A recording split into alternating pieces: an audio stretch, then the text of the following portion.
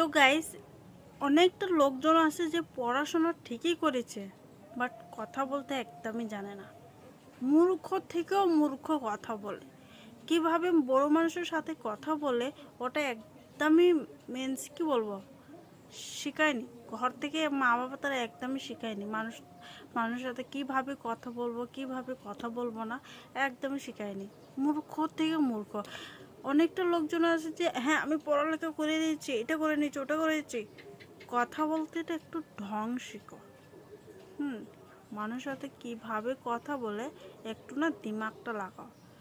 তাই নাকি তুমি উল্টো ফুল্টো কথা বলবে? পড়ালেখা করেছো, তুমি 12 পাস করো, 10 পাস করো, গ্র্যাজুয়েশন করো, মাস্টার ডিগ্রি করো, আই ডোন্ট কেয়ার। পড়ালেখাটা একটু দিমাগটা লাগাবে।